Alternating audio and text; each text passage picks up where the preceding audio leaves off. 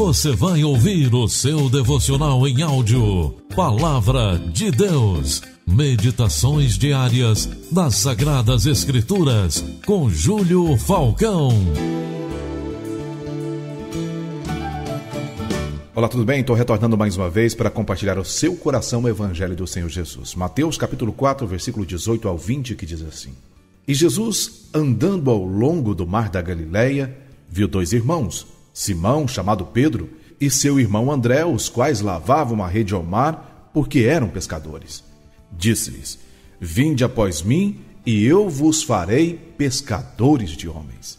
Eles, pois, deixando imediatamente as redes, o seguiram. Pescador de homens. Querido, eu quero destacar alguns pontos importantes nessa passagem que mostra Jesus escolhendo seus discípulos, aqueles que andariam com ele em seu ministério e que contemplariam seus ensinamentos e milagres, mas que, sobretudo, dariam continuidade ao Evangelho da Salvação.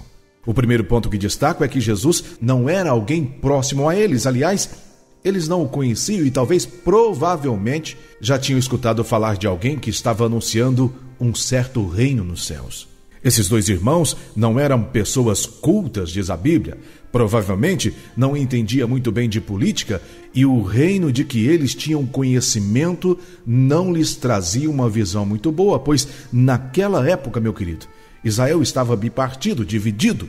O reino de Judá, onde estava Jerusalém, era comandado por Pilatos e a Galileia por Herodes Antipas. E para agradar a Roma, esses dois governantes comandavam com mão de ferro. O segundo ponto de vista é que eles tinham um ofício e provavelmente projetos pessoais, sonhos, metas. Como deixar tudo isso e seguir o sonho de outra pessoa? Terceiro ponto é que Jesus não fez um longo discurso persuasivo. Muito pelo contrário, ele apenas disse: Vinde após mim e eu vos farei pescadores de homens. Eles entendiam de pescar peixes e Jesus lhes promete uma pescaria diferente. Sabe, querido, eu creio que não foram somente esses pontos que pesaram nas decisões desses dois jovens, que tinham também família. Como explicar para os pais que deixariam seus projetos pessoais para seguir o sonho de um até então estranho? E como Pedro explicou para sua esposa. Todos esses pontos me levam a uma seguinte conclusão, querido. Jesus não impunha o seu sonho a ninguém. Ele apenas o expunha com tanta convicção, ao ponto desse sonho se tornar o sonho de quem ouvia. E o que me deixa maravilhado com o Mestre dos Mestres é que suas escolhas para a formação do seu ministério foram escolhas que provavelmente outro ser humano não faria.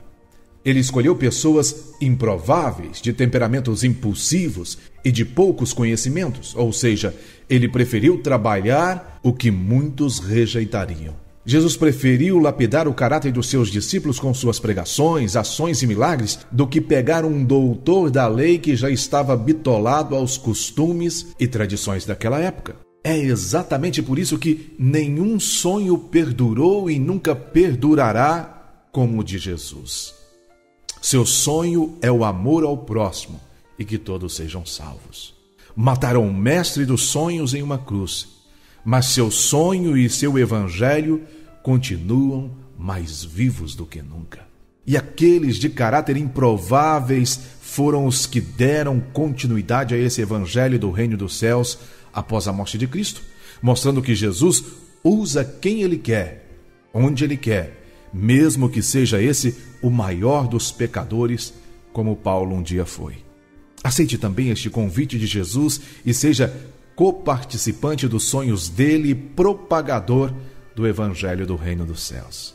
Ele te capacitará, assim como capacitou Pedro, Tiago, João e todos aqueles que decidiram sonhar com ele. Eu aceitei esse convite e vivo incessantemente levando esse Evangelho através das redes sociais, dos rádios e principalmente nas igrejas. O meu sonho é que um dia, e esse dia está chegando, que eu me encontre no reino dos céus com todos os que ouvem o devocional Palavra de Deus. Eu quero orar com você.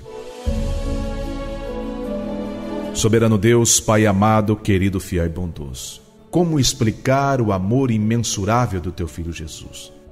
A Bíblia nos traz referências, mas o amor de Jesus é incomparável. Ele sonha a salvação de uma humanidade perversa, corrompida. Ele escolhe e capacita aqueles que são rejeitados. Nos ensina, Pai amado, a amar como teu Filho Jesus ama, a caminhar como ele caminhou aqui nessa terra, levando a paz, o amor, estendendo as mãos ao invés de apontar os dedos. Que sejamos nós, Pai, instrumentos do Senhor, e que possamos juntos levar adiante o sonho do teu Filho Jesus, que é a pregação do Evangelho do arrependimento e a salvação da alma de cada um dos seus filhos. Assim nós oramos, crendo na tua palavra, no direcionamento do teu Espírito Santo, em nome de Jesus. Em nome de Jesus. Querido, eu vou encerrando por aqui, o Eterno permitindo, eu estarei de volta com você numa próxima oportunidade. Jesus escolhe as pessoas improváveis para fazer da vida delas uma nova história e com essa história transformar outras vidas também. Que a paz, a graça e a misericórdia de Cristo Jesus estejam com você e também com todos de sua família. Você ouviu o devocional Palavra de Deus. Meditações diárias das Sagradas Escrituras com Júlio Falcão.